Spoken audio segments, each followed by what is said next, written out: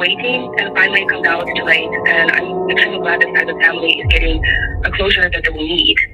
And this right here is going to blow a lot of other channels, basically, for everything that they have been saying and everything that all the misinformation they've been spreading. So, and the fact that everybody stays to the truth, and especially you and everybody that stays to the truth, they knew the truth, and it's phenomenal. It's phenomenal how all of this is turning out.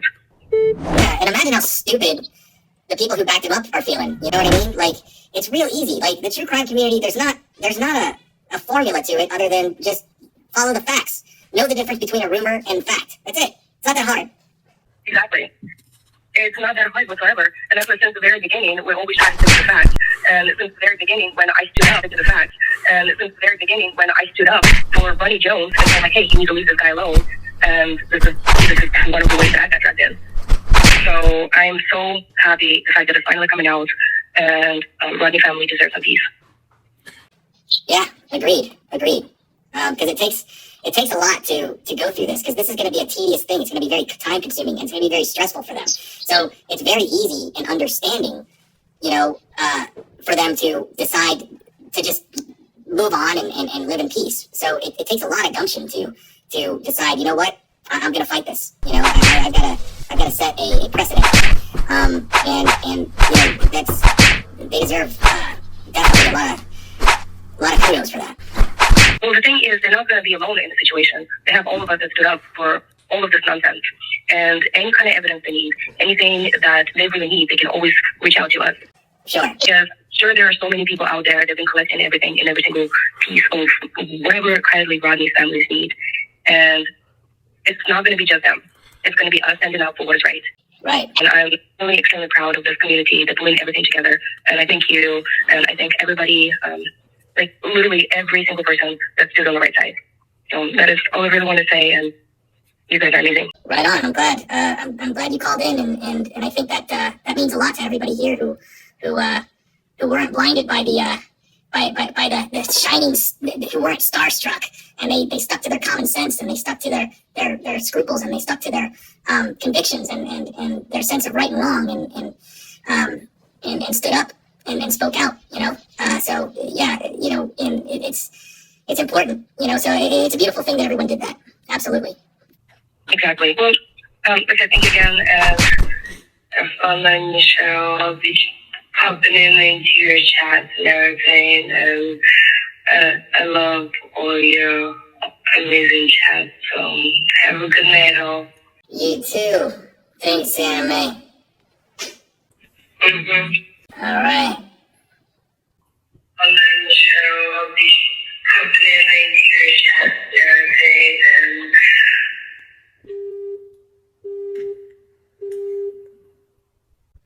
Alright.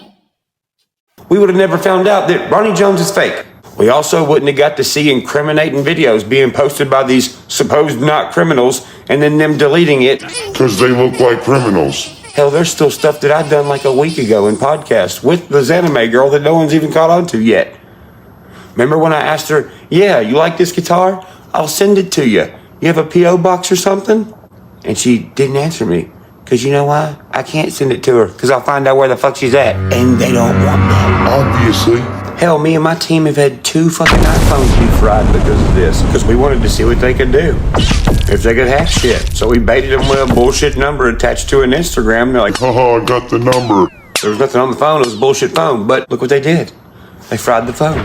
So that tells me, don't give them my number and don't let them get my number. Which is why I shared the video I found from 7 years ago where Ickno is saying, hey, I know how to get in your phone and look at you. And shit like that. See, what it is these people are running off 2 rules as their golden rules. Here's their 2 golden rules. Majority rules and numbers don't lie. See, but it backfired. Numbers don't lie backfired when people with numbers got involved in what they were doing and started looking at it. Majority rules backfired because they're not the majority anymore. And here's why they're scrambling. Here's why they're losing. Here's why they're tripping up. Because they thought that nobody would give a fuck. They thought nobody would give a shit about this situation. Well, we're proving that that's not true. Well, what about the police, Ryan? Don't you think it's the police? Don't you think the police are being suspicious? Yeah, but like I just said a minute ago, it's complex. It's not going to be easy to figure out. I think there's bad cops and good cops. I think the bad cops know who the good cops are. I think the good cops don't know who the bad cops are. There you go. How do I think one way they're getting away with it? A battle of resources.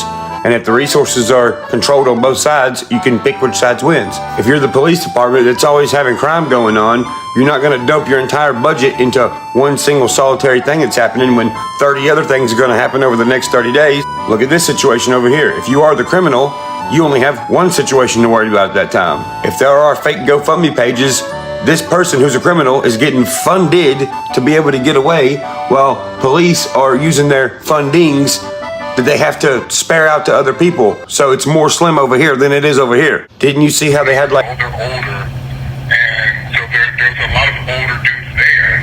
And so I asked them if they knew her, and they said they saw her there. And she was just like, laughing, going from group to group talking. They didn't make nothing of it, but she was talking to, I guess, a bunch of people. Like, she was just walking around talking to everybody. And they said at the party, a lot of people were doing shrooms, cocaine, drinking, and all that. And I was like, yeah, but that's kind of normal though, because a lot of honestly, Cali, the area I'm at, everyone does cocaine. Like, all the younger kids at school, under 18, were like all the younger kids at school, under 18, were like they all buy cocaine from some old dude who lives in some apartment complex.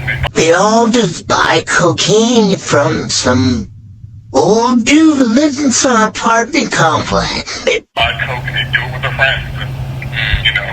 But that's kind of normal around here, so I wasn't really surprised about that. And so I asked them, I said, did you guys see anything weird going on? I was like, was anyone looking at her face? Like, nah, everyone was just chill, but everyone was kind of messed up, and so was she. And then I asked, I was like, well, how drunk was she? And they're like, well, she was stumbling around, she wasn't walking around like, oh yeah, I'm tipsy, I'm cool. She was pretty drunk. So stumbling around. Yeah, if she would have been driving around, she would have been swerving easily swerving. So there was no way she could have drove. And that's basically all I knew from that. And then they told me that there's some other stuff that they can't really talk about it, but. And they told me that there's some other stuff that they can't really talk about it, but. That's basically all that they knew, is that she was really drunk, and there was tons of drugs there, not just drinking. People weren't just drinking, they were doing blow openly, everyone was doing blow together, blow openly, everyone was doing blow together, over to a group of people, you sit down, break a line, and it was like that. And it wasn't just teen parties, there was a lot of adults there. It wasn't some, no, there was... They were saying it was like a high school thing, so, but... Yeah, there was a lot of high school kids there, but there was a lot of mid-20s, dudes who were... Look at this message this mystery guy sent to me. Fuck, I bet, dude. I'm gonna grab me a Yoo-hoo and shit, bro, if I can log off this shit. I'll be back up here in 3 minutes. I need something to drink, and I'll call you or whatever. Just tell me a number, I guess. Alright, bro, for sure. Go do your thing. I'll send you my number. Just, we can talk about it or whatever. I wasn't at the party, but this Ronnie guy, he don't add up, bro. He's trying to tell me, no, his Instagram's not deleted. I have it. I know I have it. He's also following Red Flag Ronnie, by the way. At this point, I looked at Trevor and I was like, why? What the fuck, who is this? The address back. The address was in Sacramento. Isn't that the area on Fox where the map says last seen 1 a.m.?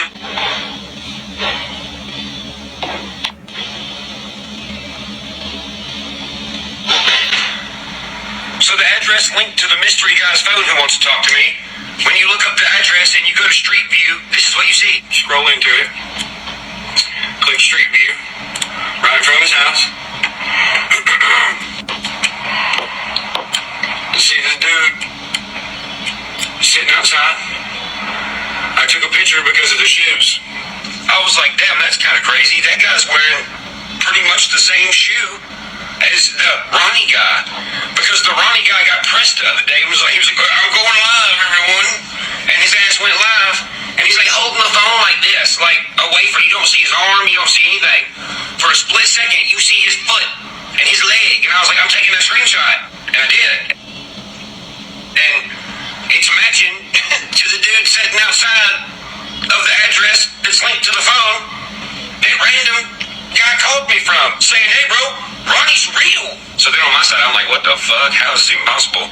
And on this side, he's like, hey bro, Ronnie's real. And I'm like, yeah. So I was like, you know what? Fucking I ain't gonna even type no words. I'm gonna send him a video of this dude sitting out in front of this house and see what he does. He said, what the fuck? So then I sent him a picture of Ronnie's foot. So he's been saying, you know, I'm not really in the... So in this call that I got with him that'll come out later, once, you know, I know the police don't need it, in the video, he's like, you know, I really don't know much about this case. I'm just like following it because you're doing it, you know? I was like, okay. So I sent him a picture of Ronnie's foot to see if he'd freak out even more. Because, you know, he's not following the case, you feel me? He's not going to see a foot that's in this... Everybody in AWP got on the internet and was like, hey, we quit AWP. Somebody came to my house. I'm not going to say who. And he was like, it's somebody very close to the whole finding of this car and whatnot. They come to me and they were like, I'm scared. I was like, why? And he was like, this involves like higher up people. I was like, who? He gave me a few names. And I was like, yeah, even I was kind of like, this motherfucker's crazy. And then about a week after, everybody quit AWP. It's not a thing. Now, the family that I put up $200,000 to find their daughter is like, hey, we're suing you for defamation of character. They can't talk anymore. If they can't talk anymore, they can't function. What, does that sound crazy?